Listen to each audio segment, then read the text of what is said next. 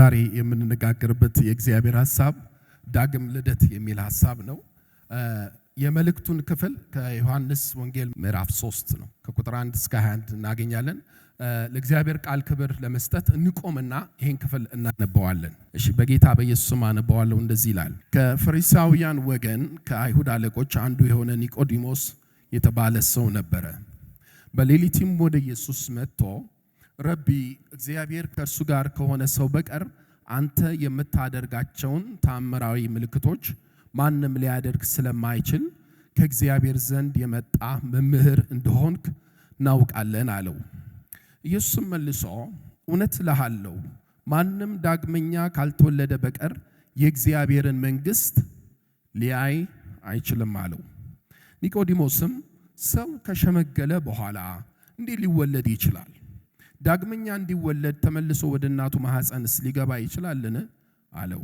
ኢየሱስም እንዲህ ሲል መለሰ፣ እውነት እልሃለሁ፣ ማንም ከውሃና ከመንፈስ ካልተወለደ በቀር ወደ እግዚአብሔር መንግሥት ሊገባ አይችልም። ከሥጋ የተወለደ ሥጋ ነው፣ ከመንፈስ የተወለደም መንፈስ ነው። ዳግመኛ መወለድ አለባችሁ ስላልኩ አትገረም። ነፋስ ወደሚወደው ይነፍሳል፣ ድምፁንም ትሰማለህ፣ ነገር ግን ከየት እንደመጣ ወዴትም እንደሚሄድም አታውቅም። ከመንፈስም የተወለደ ሁሉ እንደዚሁ ነው። ኒቆዲሞስም ይህ እንዴት ሊሆን ይችላል ሲል ጠየቀው።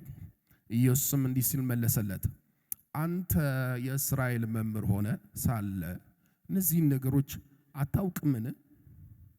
እውነት እልሃለሁ፣ የምናውቀውን እንናገራለን፣ ያየነውም እንመሰክራለን።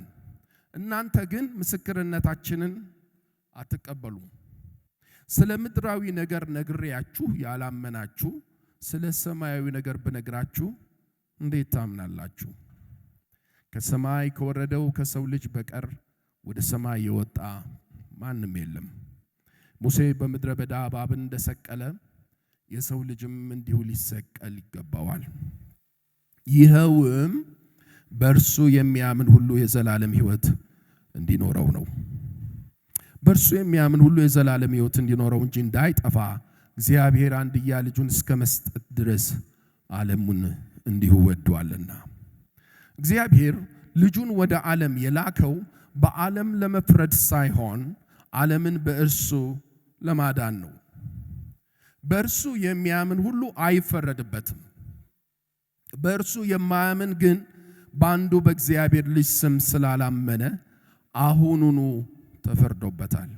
ፍርዱም ይህ ነው፣ ብርሃን ወደ ዓለም መጣ፣ ሰዎች ግን ሥራቸው ክፉ ስለነበረ ከብርሃን ይልቅ ጨለማን ወደዱ። ክፉ የሚያደርግ ሁሉ ብርሃንን ይጠላል፣ አድራጎቱም እንዳይገለጥበት ወደ ብርሃን አይመጣም። በእውነት የሚመላለስ ግን ሥራው በእግዚአብሔር የተሠራ መሆኑ በግልጽ ይታይ ዘንድ ወደ ብርሃን ይመጣል ይላል። ከብዙ ጊዜ በፊት የአራተኛ ክፍል ተማሪ በነበርኩ ጊዜ ቤተሰቦቼ ሁሌ ወደ ጌጃ ቃለ ሕይወት ይወስዱኛል እና እንደለመድኩት ወደ ጌጃ ቃለ ሕይወት ቤተክርስቲያን ሄድኩኝ እና ጌጃ ቃለ ሕይወት ቤተክርስቲያን ያው ብዙ ጊዜ እኛ ትንንሾች ነበርን፣ እንሄዳለን። የሚገርም የእግዚአብሔር ክብር አለ እና እኛ ግን ወላጆቻችን ቸርች ውስጥ ሲገቡ ብዙውን ጊዜ የምናጠፋው ውጪ እየተጫወትን። 10 ዓመቴ ነበረ እና አንድ ቀን አስታውሰዋለሁ፣ አረሳውም። ያ ቀን ምናልባት በ10 ዓመትህ ሌላ የምታስታውሰው የሰማኸው ስብከት አለ ካላችሁኝ፣ ማስታውሰው ሌላ ስብከት የለኝም። እቺኛውን አሁንም ነግራችሁን ታሪክን አስታውሰዋለሁ። ከዛ ገባው እና ልጆች የምንቀመጠው ላይ ነው። ስንቶች ጌጃን ታውቃላችሁ? ባይዘው ይቅርታ፣ ጌጃን የሚያውቁ የጌጃ ትልልቅ ምንወዳቸው ወገኖች አሉ ፊት ለፊታችን። እሺ፣ እቺ የጌጃ ተወላጅ ነው፣ ልጅን በላት ልጅ ናት እና ላይ ነው የተቀመጥኩት። እዚህ ፊት ለፊት አካባቢ ተቀምጫለሁ። የዛን ቀን እግዚአብሔርን ቃል የሚያካፍሉት ጋሽ ኬዳሞ ነበሩ። ያው ጋሽ ኬዳሞን ሁላችንም እናውቃቸዋለን። እና ጋሽ ኬዳሞ መጡና አረሳውም ኬንያ ለሆነ አገልግሎት ደርሰው ተሰብስበው ከኬንያ ነው የመጡት እና በኬንያ ስለነበራቸው አንዳንድ ነገሮች ተናገሩና ከዛ የቀጠለ መልእክት ነበር ያቀረቡት ያቀን እና ያን ቀን ምን አሉ? ኬንያ ትልልቅ የቤተክርስቲያን መሪዎች ተሰብስበን እየተነጋገርን እየተጫወትን ነበር አሉ። ከዛ እንዳጋጣሚ በጫዋታው መሃል አንድ ጨዋታ ተነሳ። ያ ጨዋታ መቼ ነበር ዳግም የተወለድከው እየተባባልን እርስ በርስ መጠያየቅ ጀመረን አሉ። ከዛ አንዳንዶቹ እኔ ዳግመኛ የተወለድኩት በዚህ ጊዜ ነው፣ አንደኛውም ዳግመኛ የተወለድኩት በዚህ ጊዜ ነው፣ ሌላኛውም ዳግመኛ የተወለድኩት በዚህ ጊዜ ነው ሲል አንድ ትልቅ የቤተክርስቲያን መሪ ምን ማለት ነው ዳግመኛ መወለድ ብሎ ጠየቀ። አታውቅም እንዴ አሉ። ሰውየው አያውቅም ነበር። ዳግመኛ እንዲወለድ እዛው እነሱ ረዱትና ጋሽ ኬዳሞ ያንን ሐሳብ ይዘው መጥተው ይሄኛውን ዛሬ ያነበብነውን ቃል በዛ ጉባኤ ያካፈሉ። ያ ቃል በተለየ መልኩ ልቤን ነካው። የ10 ዓመት ልጅ ማለት ነው እና ለመጀመሪያ ጊዜ ቤት ሄጄ ያ ቃል ልቤን ነካው። እውነቴን ነው የምላችሁ። ለመጀመሪያ ጊዜ ቤት ሄጄ የመጀመሪያውን ተንበርክኬ ጸሎት ጸለይኩ። የዚያን ቀን ጌታን ለመጀመሪያ ጊዜ ወደ ልቤ ጠራሁት። ከዛ በፊት ጌጃ አልነበርክም ወይ? ከዛ በፊት ሰምተ ነበር? አዎ ሰምቼ ነበር፣ ግን የዛን ቀን ተነክቻለሁ። ይሄው እስከ ዛሬ አረሳው። ከዛን ጊዜ ጀምሮ 4ኛ ክፍል ውስጥ ኃይለኛ የሆነ የእግዚአብሔር እጅ በህይወቴ መምጣት ጀመረ። እንደ ትንሽነቴ ዛሬ የምንካፈለው ያንን ክፍል ነው። እኔ የዳንኩበትን ክፍል ነው ማካፈለው። ይሄ ግጥምጥሞሹ አስገርሞኛል። ይሄ አሁን ያነበብኩላችሁ ክፍል የምናገኘው በዮሐንስ ወንጌል ነው። ኔክስት እና በዮሐንስ ወንጌል ውስጥ ያው ዮሐንስ ወንጌልን የጻፈው የጌታ ደቀ መዝሙር ነው። ጌታ በጣም ይወደው ነበር ይህን ሰው እና 7 ክፍሎች አሉት። በ7 ክፍሎች ተከፋፍሎ የተጻፈ ነው እና ዋንኛ ዓላማው የዮሐንስ ወንጌልን ስታነቡ በዮሐንስ 20:31 ላይ በግልጽ ተጽፏል። ዋንኛ ዓላማው ኢየሱስ እርሱ ክርስቶስ የእግዚአብሔር ልጅ እንደሆነ በማመን በስሙ ሕይወት እንድናገኝ ነው የተጻፈው። ጸሐፊው በግልጽ ዋንኛ ሐሳቡን አስቀምጦታል። ለዚህ ደግሞ ማስረጃ እንዲሆን ለምን ኢየሱስ እንዴት ክርስቶስ ነው እንዳንል ምን አደረገ ክርስቶስ እንደሆነ በምን እናውቃለን እንዳንል 7 ምርጥ ምልክቶች ተለይተው ተጽፈዋል። ተአምራት አይልም፣ ብዙ ጊዜ ምልክቶች ነው የሚለው። ምልክት የሚያሳዩ ነገሮች ማለት ነው።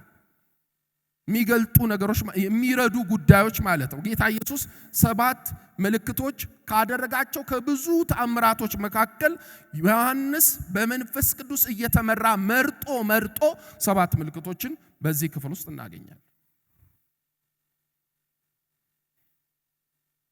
እያንዳንዱን ምልክቶቹን ስታነቡ ኢየሱስ ክርስቶስ ኢየሱስ ተራ ሰው ብቻ ሳይሆን መሲህ እየሆነ እየገዘፈ በአይናችሁ ፊት አምላክ የሆነ ይመጣል። አንድ ጊዜ ቢሊ ግርሃም አንድ ሰው ወደሳቸው መጥቶ እምነት እንዲኖረኝ እምነቴ እንዲያድግ ምን ላድርግ ብሎ ሲጠይቃቸው የዮሐንስ ወንጌልን አንብብ አሉት። ትክክል ነው። የዮሐንስ ወንጌልን ስናነብ እምነታችን ማደግ ይጀምራል። ኢየሱስን እናውቀዋለን፣ ኢየሱስን እንረዳዋለን፣ ስለ ኢየሱስ ይገባናል። ስለዚህ በአጠቃላይ መጽሐፉ ያንን ይመስላል ማለት ነው። ከመጽሐፉ ግን ወደ ዛሬው ክፍል ለመንደርደር የሚረዳንን ምዕራፍ 2 ላይ ያለውን ክፍል ስናነብ የኒቆዲሞስን ታሪክ ለመረዳት እንዲመቸን አንዳንድ ነገሮች በምዕራፍ 2 መጨረሻው ላይ ተጽፎ እናገኛለን። ምዕራፍ 2 መጨረሻው ላይ በፋሲካ በዓል ጌታችን ኢየሱስ ክርስቶስ ብዙ ተአምራት አደረገ ይላል። ብዙ ተአምራት ካደረገ በኋላ ሰዎች ተአምራቱን አይተው ብዙ ሰዎች በሱ አመኑ ይላል። ይሄ በጣም ደስ የሚል ነገር ነው። በማን አመኑ? በኢየሱስ ክርስቶስ አመኑ ይላል። ግን ወረድ ስትሉ ደግሞ እንደዚህ ይላል፣ ሆኖም ግን ጌታ ውስጣቸውን ስለሚያውቅ እንደማይታመንባቸው ያው ክፍል ይነግረናል። እነሱ አምነውታል፣ እሱ አላመናቸው። በሰው ውስጥ ያለውን ሁሉ ያውቅ ስለነበር ይሄንን ታሪክ ጸሐፊ ዮሐንስ ፍንጭ አድርጎ ከሰጠን በኋላ ነው የኒቆዲሞስ ታሪክ የሚቀጥለው። ምን አይነት ሰዎች ናቸው? ታምራት አድርገው ጌታ ኢየሱስን ያመኑ ሰዎች ነበሩ። እነሱን ግን ጌታ ምን አያደርግባቸውም ነበር ይላል? አይተማመንባቸውም ነበር ይላል። ኦኬ፣ ከዚህ ታሪክ በኋላ የኒቆዲሞስን ታሪክ እናያለን። የኒቆዲሞስ ታሪክ ምዕራፍ 3 ላይ ያለ ታሪክ ነው። ከ1 እስከ 21 ነው አሁን አብረን ያነበብነው። ይሄ ክፍል በጣም በከፍተኛ ሁኔታ በክርስትና አስተምህሮ ውስጥ ትልቅ ክፍል ነው። ትልቅ ትርጉም ያለው ክፍል ነው። እንደውም በመጽሐፍ ቅዱስ ውስጥ 3 ወይም 4 በጣም ኢምፖርታንት ከሆኑ መጽሐፍቶች ጽሑፎችና ክፍሎች መካከል ይሄኛው አንደኛው ነው። ጆን ማካርተር እንደዛ ብሎ ይናገራል። ለምሳሌ በዚህ ክፍል ውስጥ ዮሐንስ 3:16ን ታገኛላችሁ። አይ ቲንክ ሁላችሁም በቃላችሁ የምትችሉት ጥቅስ ነው። በሱ የሚያምን ሁሉ የዘላለም ሕይወት እንዲኖረው እንጂ እንዳይጠፋ እግዚአብሔር አንድያ ልጁን እስኪሰጥ ድረስ ዓለሙን እንዲሁ ወዷልና የሚል ክፍል ታገኛላችሁ። ያ ቨርስ ብቻውን 1100 ቋንቋዎች ተገልብጧል፣ ተለውጧል ወይም ተተርጉሟል። ክፍሉ ስንረዳ አሁን ያነበብኩትን ክፍል ስታዩት በሁለት መምህራን መካከል የሚደረግ ውይይት ነው። መሳጭ ውይይት ነው። አንደኛው መምህር የማን መምህር ነው? በእስራኤል ስመጥር የነበረ መምህር ነው። በዚህ በኩል ደግሞ መምህሩ ማን አለ? ክርስቶስ አለ። የመምህራን ዲስከሽን ነው፣ ውይይት ነው። ውይይቱ መክፈቻ ንግግር አለው። ከዛ በኋላ 2 ጥያቄዎች አሉት። ከዛ በኋላ ለሁለቱ ጥያቄዎች የተብራራ ምላሽ ተጨምሮበታል። የመክፈቻው ሐሳብ የቀረበው በእስራኤል መምህር ነው። ከእግዚአብሔር ዘንድ የመጣ መምህር እንደሆንክ እናውቃለን ብሎ መክፈቻውን ሲያቀርብ እናያለን። ከዛ በኋላ ግን ወደ ጥያቄ ተቀይሯል። ጌታ ኢየሱስ እንደዛ ብሎ ለነገረው ለከፈተበት ንግግር ያልተጠበቀ ምላሽ ሰጥቶ ጥያቄ ውስጥ ከቶታል። ሰው ከሸመገለ በኋላ እንዴት ሊወለድ ይችላል? ሁለተኛ ይህስ እንዴት ሊሆን ይችላል? የሚል 2 ተራ የማይባሉ ገዘፍ ያሉ ጥያቄዎችን ኒቆዲሞስ ሲጠይቀው እናያለን። በሁለቱም በኩል ጌታችን ኢየሱስ ክርስቶስ አጥጋቢ ምላሽ ነው የሰጠው። በጣም አጥጋቢ ምላሽ ነው የሰጠው። ትንሽ የመክፈቻ ንግግሩን በደንብ እንድናይ ጋብዛችኋለሁ። ከዛ መክፈቻ ንግግሩን እናያለን፣ ጥያቄዎቹን እናያለን፣ መልሶቹን እናያለን። ከዛ በኋላ እናጠቃልላለን። የመክፈቻ ንግግር አድራጊው ቅድም እንዳለው ኒቆዲሞስ ነው። ኮንክሉዥንና ዋነኛ ሐሳቡ በመክፈቻው ንግግር ውስጥ የምታገኙት ከእግዚአብሔር ዘንድ የመጣ መምህር እንደሆንክ እናውቃለን ብሎ ነው የሚናገረው። ይህ ሰው ከዚህ ድርጊቱ በመነሳት ስለ ጌታ ለማወቅ ፍላጎት የነበረው ሰው እንደሆነ በድርጊቱ እናያለን። ጌታን ማወቅ ፈልጓል። ኪዩሪዮሲቲ አለው፣ ጉጉት አለው። እንደውም ይሄ የማወቅ ፍላጎቱ ወደ ኢየሱስ ለመምጣት እንደገፋፋው ልንጠረጥር እንችላለን። በሌሊት መጥቷል ወደ ጌታ ኢየሱስ ከጌታ ጋር ምን ለማድረግ? ዲስከስ ለማድረግ። ግን ይሄ ሰው ማን ነው ብላችሁ ስትጠይቁ ስለዚህ ሰው መጽሐፍ ቅዱሳችን ግልጥ አድርጎ ያስቀመጣቸው በጣም ተለቅ ያሉ ነገሮች አሉ። ኒቆዲሞስ ማን ነው? የመጀመሪያው መጽሐፍ ቅዱሳችን የሚነግረን ኒቆዲሞስ ፈሪሳዊ እንደሆነ ይነግረናል። በዛ ዘመን ወደ 5000 የሚጠጉ ፈሪሳውያን አሉ። ከነሱ መካከል አንዱ ነው። እሱ ብቻ አይደለም። ስለ ፈሪሳውያን ምንም እንደሆነ ትንሽ ወረድ ብለን እናያለን። ሁለተኛ አይሁዳዊ እንደሆነ እናያለን። የአንድ አካባቢ ሰዎች ናቸው ማለት ነው። ጌታም ከአይሁድ መካከል ነው የመጣው። ተራ አይሁዳዊ ግን አይደለም ይለናል መጽሐፍ ቅዱሳችን። የአይሁድ አለቆች መካከል አንዱ ነው ይላል። የአይሁድ ሸንጎ አለ። ከዛ ውስጥ አንዱ ነው። የአይሁድ ሸንጎ አባላቶች 70 ብቻ ናቸው። እነዚህ 70ዎቹ በጣም ምርጥ የሆኑ ትልልቅ የሆኑ ሰዎች ናቸው ወገኖቼ። ተራ ሰዎች አይደሉም። ክሬሞቹ ነው የሚባሉት። የተንሳፈፉት ናቸው። አይሁድን የሚያክል ትልቅን ማህበረሰብ የሚመሩት የአይሁድ አለቆች ከ70ዎቹ መካከል አንዱ ነው። ወረድ ስንል ጌታ ኒቆዲሞስን ማን ብሎ ይጠራዋል? አንተ የእስራኤል መምህር ይለዋል። መምህርም ነበር ይሄ ሰው። ታልሙድ ላይ ከመጽሐፍ ቅዱስ ውጪ ስለዚህ ሰው ሲመራመሩ አንዳንድ ነገሮች አግኝተዋል። ይሄ ሰውዬ እንደውም በዘመኑ ከነበሩ ባለጸጋ ከነበሩ ሰዎች መካከል አንዱ እንደሆነ አግኝተዋል ተመራማሪዎች፣ ሂስቶሪያንስ ማለት ነው። እንደውም ከሶስቱ በዛ ዘመን ከነበሩት ሀብታም ከሚባሉት ሶስቱ ሰዎች መካከል አንዱ እንደሆነ አግኝተዋል።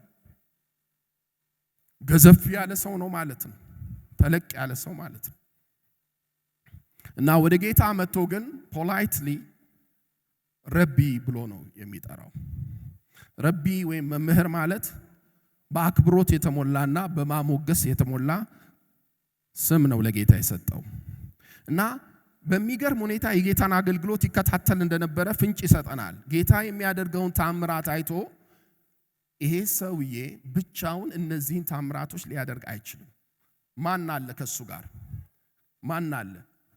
እግዚአብሔር አለ የሚል ሐሳብ ነበረው። ይሄን መረዳት ችሏል። ዝም ብለን ስናስበው ደግሞ ይሄ ሰውዬ ከአይሁድ አለቆች መካከል አንዱ ስለሆነ እሱ የሚታዘበውን ሌሎችም ሊታዘቡ እንደሚችሉ እንዲሁ ልንጠረጠር እንችላለን። ፍንጭ ይሰጠናል። እናውቃለን ብሎ ነው የሚናገረው። ብቻውን ሳይሆን ግሩፕ እንዳለ ፍንጭ ይሰጠናል። የጌታን ተአምራት ካዩ በኋላ፣ ምልክቶች ካዩ በኋላ ተራ ሰውማ አይደለም። ሰው ነው ግን ማን አለ? እግዚአብሔር ከዚህ ሰው ጋር አለ የሚል መረዳት ውስጥ ገብቶ በዚህ ሐሳብ ከማጋራ ሞር ስለ ጌታ ለማወቅ ይመስለኛል ወደ ጌታ መጥቷል። ከዛ ኢሚዲየትሊ ፈሪሳውያን ትንሽ ይሄን ልናልፈው እንችላለን። ፈሪሳዊ ማለት በዘመኑ የነበሩት ፈሪሳውያን ምን እንደሆኑ የተወሰኑ ነገሮች እናውራ።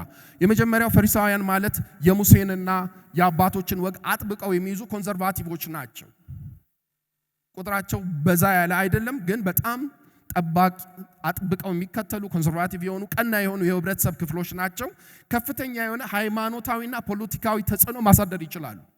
ይሄ ሰውዬ ከዛ አንዱ ነው። በሳምንት 2 ጊዜ ይጾማሉ። ከገቢያቸው 10% አስራት ያወጣሉ። በየቀኑ 2 ሰዓት ይጸልያሉ። በጣም ጠባቃ የእምነት የሚከተሉ ከአይሁድ ህብረተሰብ መካከል አንድ ክፍሎች ናቸው። በእምነታቸው መሰረት ፈሪሳውያን ምን ብለው ያምናሉ? ማንኛውም አይሁድ ታላቅ ክህደት ካልፈጸመ የእግዚአብሔር መንግስት ይገባል ብለው ያምናሉ። ያዙ አይሁድ ብቻ ነው የሚገባው ለነሱ፣ እዛ ብለው ያምናሉ። ጌታ በዚህ ውይይት ይሄንን ሐሳብ ሲገለብጠው ነው የምናየው። ጌታ ለኒቆዲሞስ የሰጠው ምላሽ ያልጠበቀው ነው። መምህር ነህ ብሎ ሲነግረው እውነት እልሃለሁ ማንም ዳግመኛ ካልተወለደ በቀር የእግዚአብሔር መንግስት ሊያይ አይችልም ማለት።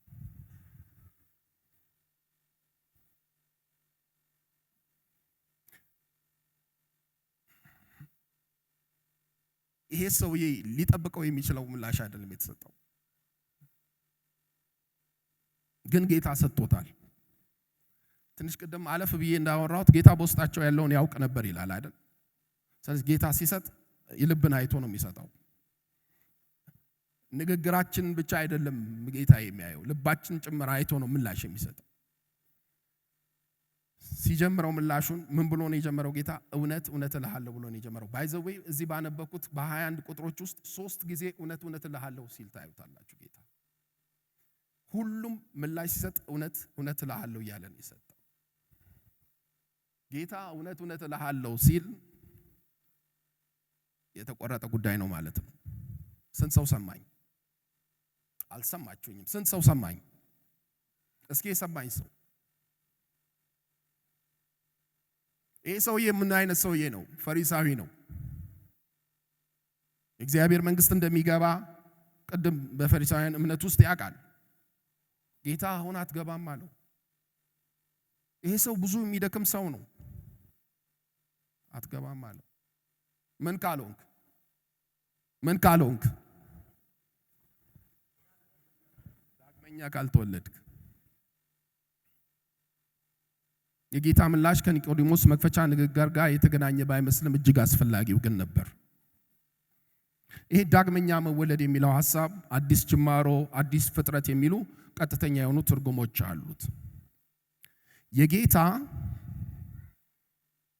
እንደዚህ አይነት ያልተጠበቀ ምላሽ መስጠቱ የኒቆዲሞስ አሁን ያለው መረዳትና እሱን ተከትሎ የሚመጣው የህይወት ምልልስ እሱና ሌሎቹ መሰሎቹ አጥብቀው ወደሚፈልጉትና ይህን ሁሉ ዋጋ የሚከፍሉለትን የእግዚአብሔርን መንግስት ስለማይወርሳቸው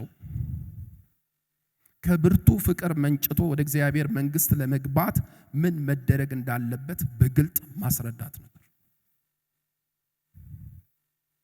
እምነቱን ይሄ እስከ ውስጥ ነው ጌታ የነቀነቀው። ለዚህ መምህር ግራ የሚያጋባ ንግግር ነው። ያስተምራል። ኒቆዲሞስ በመንገድ ላይ ሲያልፍ ስታዩ መምህር እንደምንኖት ነው የምትሉት። እንደውም አንድ ሰባኪ ምን ብሏል? ኒቆዲሞስ እዚህ መካከል ከገባ እኔ ማይኬን ያስተምሩ ብዬ ሰጥቼ ወርዳለሁ ብሏል። እንደዚህ አይነት ሰው ነው። ጌታ ምን አለው? ዳግመኛ ካልተወለድክ የእግዚአብሔር መንግስት አትወርስም። ይሄ ከፍተኛ የሆነ ጥያቄ ውስጥ ከቶታል የጌታ ምላሽ። ስለዚህ ኒቆዲሞስ ጥያቄ ጠየቀ። ጥያቄው ምንድነው? ሰው ከሸመገለ በኋላ ስንት ሰው እየተከታተለኝ ነው? ግልጽ ነው ብናወራው። ሰው ከሸመገለ በኋላ እንዴት ሊወለድ ይችላል? ዳግመኛ እንዲወለድ ተመልሶ ወደ እናቱ ማህፀንስ ሊገባ ይችላልን ብሎ ጠየቀ። የጥያቄው ትኩረት ይሄ አሁን የምትለው ነገር የሚሆን አይመስልም። እንግዳ ነው። አዲስ ትምህርት ነው። እሺ እንዴት ይሆናል ብሎ ጠየቀው። እንዴት ይሆናል ብሎ ሲጠይቀው ኒቆዲሞስ ያሰበበትን መንገድ ገልጾለታል ጌታ። እኔ ትልቅ ሰው ነኝ፣ ወደ እናቴ ማህፀን ውስጥ ሆድ ውስጥ እንዴት ነው የምገባው አይነት ጥያቄ ነው የጠየቀው።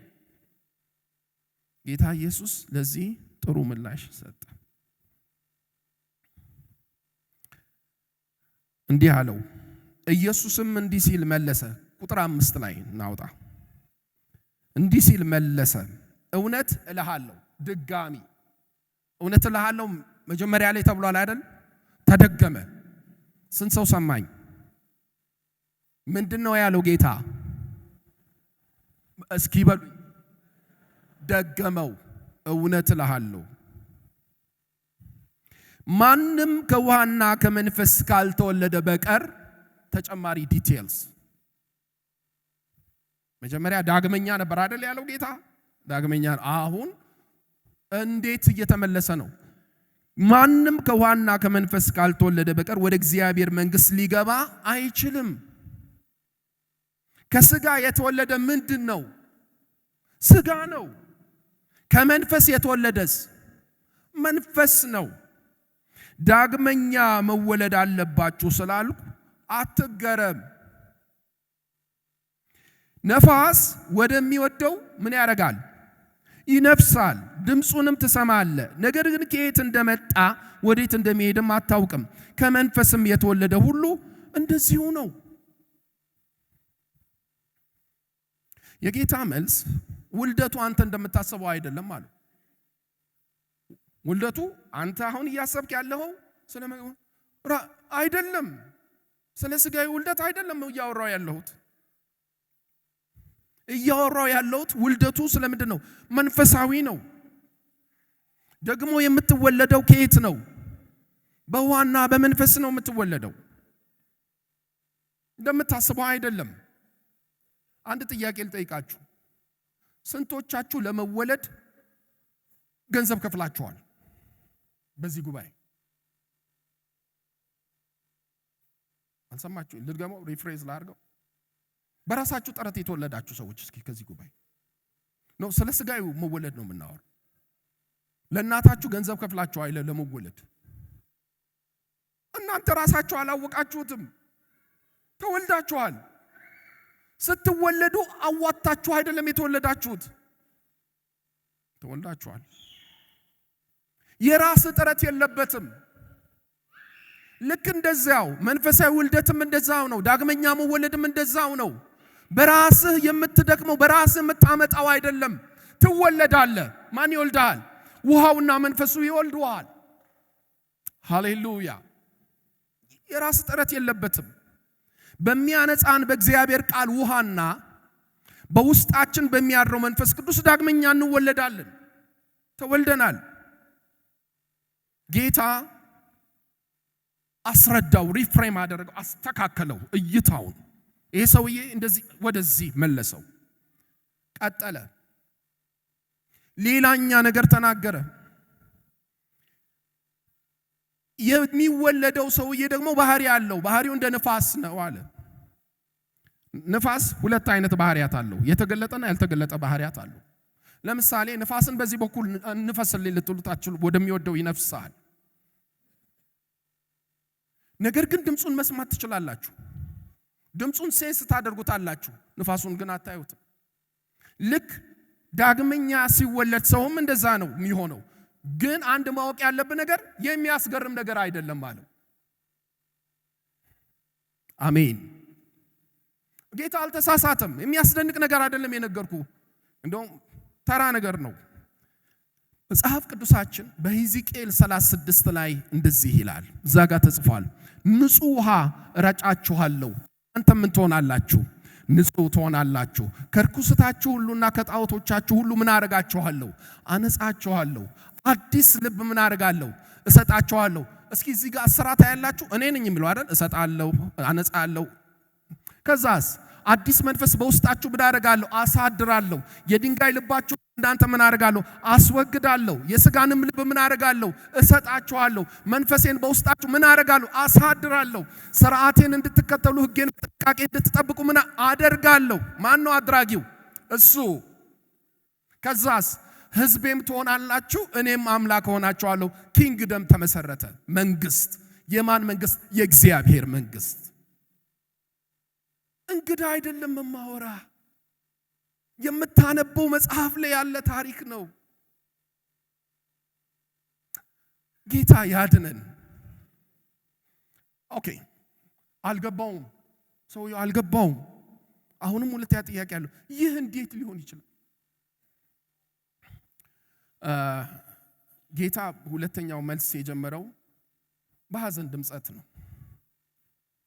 እና አንብበው እንደዚህ ይላል። ከቁጥር 10 ጀምሮ እንደዚህ ይላል። ኢየሱስም እንዲህ ሲል መለሰለት፣ አንተ የእስራኤል መምህር ሆነ ሳለ እነዚህ ነገሮች አታውቅምን? እውነት እልሃለሁ የምናውቀውን እንናገራለን፣ ያየውንም እንመሰክራለን። እናንተ ግን ምስክርነታችን ምን አታደርጉ? አትቀበሉም። እውነት እልሃለሁ ለስንተኛ ጊዜ ተጠቀሰ እዚህ ጋር? ሶስተኛ ጊዜ። ስለ ምድራዊ ነገር ነግሬያችሁ ያላመናችሁ ስለ ሰማያዊ ነገር ብነግራችሁ እንዴት ታምናላችሁ? ከሰማይ ከወረደው ከሰው ልጅ በቀር ወደ ሰማይ የወጣ ማንም የለም። ሃሌሉያ! ኢየሱስ ብቻ ነው ከሰማይ የወረደው። ሌላ ማንም ከሰማይ አልወረደም። ማንም የሃይማኖት መስራች ሙሴን ጨምሮ ከሰማይ አልወረዱም። ኢየሱስ ብቻ ነው የወረደው። ወደ ሰማይ የወጣ ማን? ሙሴ በምድረ በዳ እባብን እንደሰቀለ የሰው ልጅም እንዲሁ ሊሰቀል ይገባዋል። ይኸውም በእርሱ የሚያምን ሁሉ የዘላለም ሕይወት እንዲኖረው ነው። የእግዚአብሔር መንግስት ሲግኒፊካንሱ ምንድን ነው? የዘላለም ሕይወት ነው።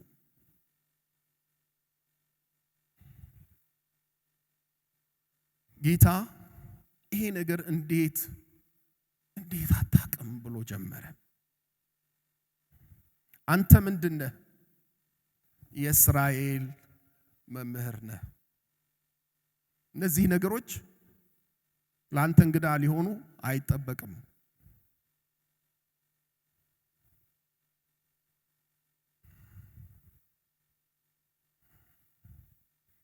ስንት ዘመን በእግዚአብሔር ቤት ከርመናል። ሃርት ብሬኪንግ ነው፣ ልብ ይሰብራል። ስንት ነገር ተምረናል። ለምንድን ነው ያላወቅናቸው? ጌታ ምክንያቱን እዚህ ጋር ይነግረናል። አታምንም አለው። አንብቦታል፣ አስተምሮታል። በዚያው ሕዝቅኤል ላይ ቅድም ያነበብኩት የብሉይ ኪዳን ቴክስት ነው። የብሉይ ኪዳን ቴክስት ማለት እጃቸው ላይ እንዳሉት መስመሮች ነው የሚያውቋቸው። እነዚህ ክሬሞች ናቸው እኮ ተባባልና ክሬሞች ናቸው። ኢንተሌክቹዋልስ ናቸው። እያንዳንዱ ነገር ያውቃሉ። ሄሮድስ ሲቸግረው እነሱን ያስጠራል። የቱ ጋር ነው መሲህ የሚወለደው ብሎ ይጠይቃቸዋል። ፖይንት ያርጉታል። እዚህ ጋር ነው፣ ቤተልሔም ነው ይሉታል። እሱ ሄዶ ሰው ሲገድል እነሱ ሄደው አልጠየቁም ኢየሱስን። ቦታውን ግን ያውቁ ነበረ። እንዴት እስራኤል መምህር ሆነ? ይሄን እንዴት አታውቅም? ከውሃና ከመንፈስ ስለመወለድ እንዴት ላንተ አዲስ ይሆናል?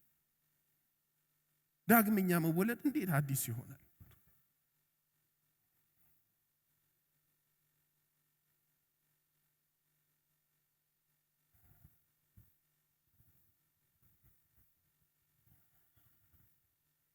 ሰማይ ይታዘበናል።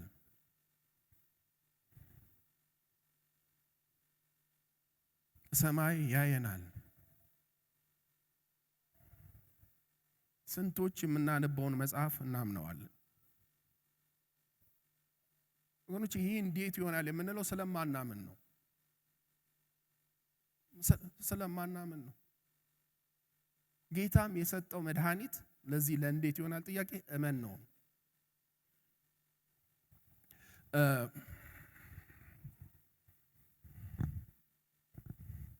እዚህ አሁን ያነበብኩት ለዚህ ለሁለተኛው ጥያቄ የተሰጠው ምላሽ ላይ እስከ 21 ስትሄዱ ከ10 እስከ 21 ስትሄዱ 6 ጊዜ ስለ እምነት ተጽፏል። 6 ጊዜ ቁጠሩት። እንደውም በእንግሊዘኛው ስትቆጥሩት ደግሞ 7 ይሆናል።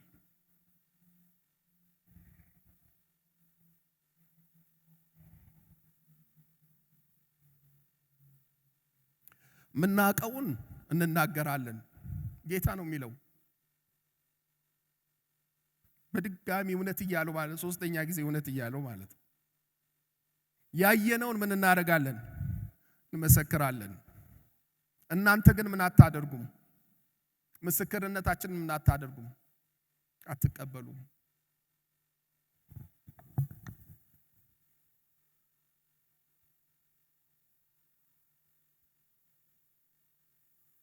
የሰማይ ድካም፣ የእግዚአብሔር መንግስት ድካም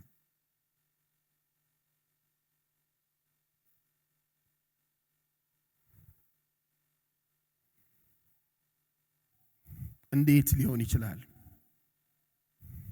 በሰው ልጅ ላይ ማመን ጌታ ኢየሱስ በዚህ ክፍል ላይ ራሱን የሰው ልጅ ብሎ ጠራ። ሙሴን አሳያቸው። ሙሴ ላይ የሚገርም ታሪክ እናያለን። ሙሴ በምድረ በዳ የእስራኤል ሕዝብ እግዚአብሔርን በደሉ፣ እግዚአብሔርን አሳዘኑ። ከዛ እግዚአብሔር ተቆጣ። ስለዚህ ምን አደረገ? እባብ ላከባቸው። እባቡ እያሳደደ ነደፋቸው፣ ገደላቸው። ከዛ አባት አይደለ መልሶ ራራ። ስለዚህ ምን አደረገ? ሙሴን እባብ፣ የብሮንዝ እባብ፣ የመዳብ እባብ ስራ አለው። ከዛ በዓላማ ላይ ስቀለው። ከዛ በኋላ ከፍ አድርገህ ስቀለው። ማንም ሰው ለመዳን ምን ያድርግ? ይመልከት። ካልሆነም ሄዶ ምን ያድርግ? ይንካ። ከዛ በኋላ ከመነደፍ ምን ያደርጋል? ይድናል። ይሄ በምድረ በዳ የተደረገ ታሪክ የምድረ በዳ ታሪክ ብቻ አልነበረም። ለካ እግዚአብሔር የነደፋቸው ምንድነው? የነደፋቸው እባብ ነው የነደፋቸው። ኤደን ገነት ውስጥ ዘፍጥረት ምዕራፍ 3 ላይ ግን ኃጢአት ነድፏቸዋል። ለካ እግዚአብሔር በምድረ በዳ በምሳሌ መልክ ብሮንዝ የሚለው ሐሳብ ፍርድን ነው የሚያሳየው። ባይዘው መዳብ እባቡን በፍርድ ላይ ካንጠለጠለ በኋላ ከሰቀለው በኋላ ሰዎች እሱን እያዩ መዳን ጀመሩ። ልክ እንደዛው የሰው ልጅ ባይዘው ይውላችሁ የሰው ልጅ የሚለውን ዳንኤል መጽሐፍ ላይ ታገኙታላችሁ። ያ የሰው ልጅ የሚለው ሐሳብ ኢየሱስ ክርስቶስን እንደ ተራ ማንነት አይደለም የሚስለው። የሰው ልጅ በዳንኤል ምዕራፍ ላይ ስታገኙት ጋድ እግዚአብሔር ነው፣ አምላክ ነው፣ የሚያስፈራ ነው፣ የሚገዛ ነው፣ ግዛት ያለው ነው። እንዲህ አለ፣ የሰው ልጅ ይሰቀላል። ምን እንዲሆን? በእርሱ የሚያምን የዘላለም ሕይወት እንዲኖረው፣ የእግዚአብሔር መንግስት እንዲከፈት እንዲገባ ሰው። ይህ ለሰራተኞች ለፈሪሳውያን ይመቻል ወይ ብትሉኝ በእምነት የሚሆን ነገር የሚመች አይመስለኝም፣ ወይም ከባድ ሊሆን ይችላል። ጌታ ስለ እምነት 6 ጊዜ ከተናገረ በኋላ የሱ ተቃራኒ ሆኖ ስለ አለማመን ደግሞ ተናገረ። እንዲህ ብሎ ተናገረ። ጭራሹን ሐሳቡን በመቀጠል ያላመነ አሁኑኑ ምን አድርጎበታል? ተፈርዶበታል። አሁኑኑ ተፈርዶበታል። በፍርድ ውስጥ ነው ያለው። ይህን ታሪክ እየጠቀለልን ስንሄድ ይህ ውይይት ኒቆዲሞስን ጌታን እንደ መምህር ብቻ ከመረዳት አውጥቶ ለጌታ ያለውን መረዳት ቀይሮ አዲስ የጌታን ዕውቀት ከቶበት ሲያልቅ ነው የምናየው። የእግዚአብሔር ልጅነቱን በመረዳት ጌታ ኢየሱስን የእግዚአብሔር ልጅነቱን በመረዳት ወደሚመጣ እምነትና ለዘላለም ሕይወት ስጦታ እጩ አደረገው። ይሄ ውይይት ዳግመኛ መወለድ። እዚህ ውስጥ ያሉትን የሐሳብ ተቃርኖች እንድናይ ጋብዛችኋለሁ በዚህ ዲስከሽን ውስጥ። ምክንያቱም ይሄ ዲስከሽን በሁለት መምህራን መካከል የተደረገ ዲስከሽን ነው። የመጀመሪያው ፈሪሳውያን እኛ ፈሪሳውያን እንድናለን ብለው ያስቡ ነበር። ጌታ ኢየሱስ እውነት እልሃለሁ ዳግመኛ ካልተወለድ ማንም ሰው ምን ማድረግ አይችልም፣ መዳን አይችልም ብሎ መለሰው። ኒቆዲሞስ ሰው ከሸመገለ በኋላ እንዴት ሊወለድ ይችላል ብሎ ጠየቀ። ጌታ እውነት እልሃለሁ ሰው ከውሃና ከመንፈስ መወለድ ይችላል፣ ካልተወለደ ደግሞ የእግዚአብሔር መንግስት አይወርስም ብሎ እነዚህ ሁለት ትልልቅ የሐሳብ ተቃርኖች እናገኛለን። ኦኬ ረጅም ሐሳብ አይደለም ተነጋግረናል። ስለ ጠያቂው ቀጣይ ህይወት እንነጋገር። ማን ነው ጠያቂው? ኒቆዲሞስ ከዚህ ውይይት በኋላ ይሄ ውይይት በኒቆዲሞስ ህይወት ውስጥ ምን አመጣ? ዮሐንስ ወንጌል በተለየ መልኩ ስታነቡ ስለዚህ ሰውዬ ከዚህ በኋላ ሁለት ቦታዎች ላይ ቲክ ቲክ እያደረገ ይነግረናል። አንደኛው የምናገኘው ዮሐንስን ወንጌል ስናጠና በዮሐንስ 7 ላይ ኒቆዲሞስን እናገኘዋለን። እዛ ስፍራ ላይ ኒቆዲሞስን የምናገኘው ኢየሱስን በተመለከተ ከጓደኞቹ ፈሪሳውያን የአቋም ልዩነት ሲያሳይ እናያለን። አብረው ከበሉ፣ አብረው ከጠጡ፣ ጓደኛሞች ከሆኑ፣ አብረው ከተጫወቱ፣ አብረው ከፈረዱ ሰዎች ጋር ከዚህ ውይይት በኋላ ኒቆዲሞስ no more the same ተመሳሳይ አልሆነም። ካለቆች መካከል በሱ ያመነ አለ እየተባባሉ ሲጠያየቁ ኒቆዲሞስ መጥቶ እንዴ ሳይናገርማ እንዴት እንፈርድበት እንችላለን ብሎ መሃል ገባ። አዲስ ነገር በዚህ ሰው ህይወት ውስጥ መጣ። የንፋሱ ድምጽ ተሰማ። እንዴት እንደተለወጠ አናቅም። የንፋሱን ድምጽ ግን እንሰማዋለን። ሁለተኛ የምናየበት ዮሐንስ 19 ላይ እናገኘዋለን። በዚህ ሁለቱም ቦታዎች ላይ በሌሊት ወደ ኢየሱስ መጥቶ የነበረው ኒቆዲሞስ ይለዋል። በዮሐንስ 19 ላይ በዛ ስፍራ ላይ የምናገኘው ኒቆዲሞስ እጅግ በጣም ብዙ ገንዘብ አውጥቶ ከርቤ ገዝቶ የጌታን ስጋ ገንዞ ሲቀብረው እናያለን። በዛ ስፍራ ውስጥ ታማኞች ተብለው የተጠሩት ደቀ መዛሙርት እንኳን አልነበሩም። እነዚህ የማይታወቁ የአርማትያሱ ዮሴፍ እና ኒቆዲሞስ ብቅ ሲሉ እናያቸዋለን። ምን ለማድረግ? የጌታን ስጋ ደፍረው ለመያዝ፣ ለመገነዝ፣ ለመቅበር ወደ መድረኩ ሲመጡ እናያለን፣ ሲገለጡ እናያለን። እግዚአብሔር የተመሰገነ ይሁን። አዲስ ነገር በዚህ ሰው የህይወት ውስጥ ታየ። ንፋሱ እንዴት እንደሄደ አይታወቅም። የንፋሱ ጩኸት ግን በዚህ ሰው የህይወት ውስጥ ይሰማል። ዳግመኛ የተወለደ እንደዛ ነዋ። ሽታ አለው።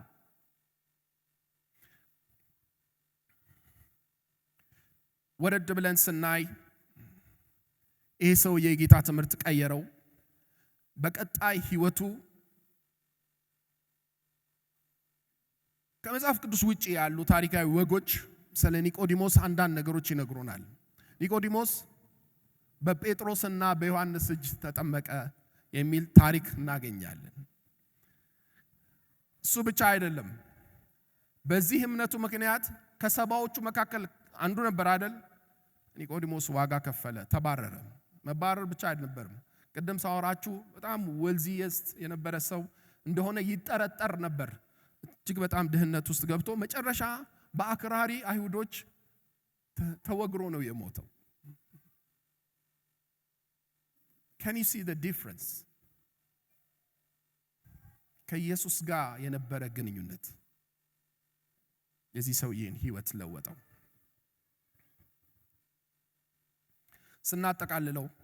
ስናጠቃልለው ስንጀምር እንዲህ ብለን ነበር የጀመረው። ዛሬ ስለ ዳግም መወለድ ነው ያወራነው።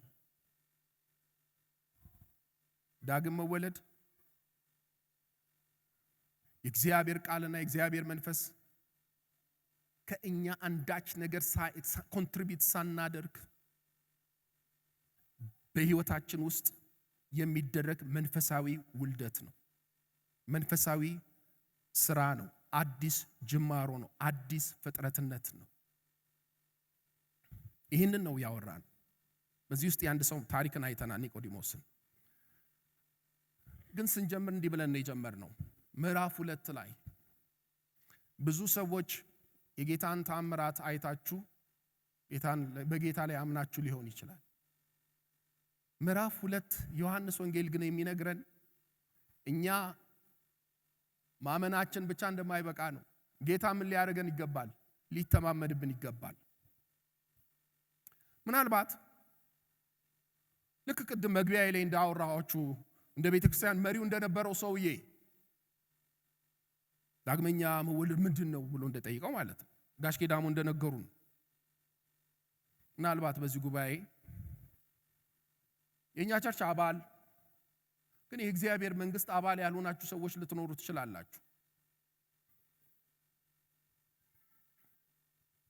የዛሬው መልእክት ለእናንተ ነው። ዳግመኛ ያልተወለደ የእግዚአብሔር መንግስት ሊወርስ አይችልም። ቤተ ክርስቲያን በከፍተኛ ድምጽ የምታውጀው አዋጅ ነው አሁን የተናገርኩት።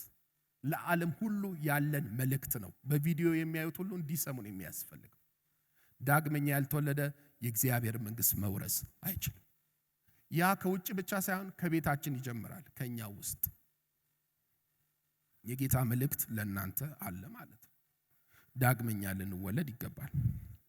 ሁለተኛው እግረ መንገዳችን ያየነው ነገር እምነታችንን መፈተሽ ያስፈልጋል። እምነታችን የዳግመኛ መወለድ ያክል ለውጥን በህይወታችን ካላመጣ ትክክለኛ አይደለም። አንደኛ ጴጥሮስ ላይ እንደዚህ የሚል ክፍል እናገኛለን። እንግዲህ ስንት ሰው ሰማኝ? እስኪ ሰማኝ ሰው። እንግዲህ ለእውነት በመታዘዝ ነፍሳችሁን ስላነጻችሁ ለወንድሞቻችሁ ቅን ፍቅር ይኑራችሁ። እርስ በርሳችሁም አጥብቃችሁ ከልብ ተዋደዱ።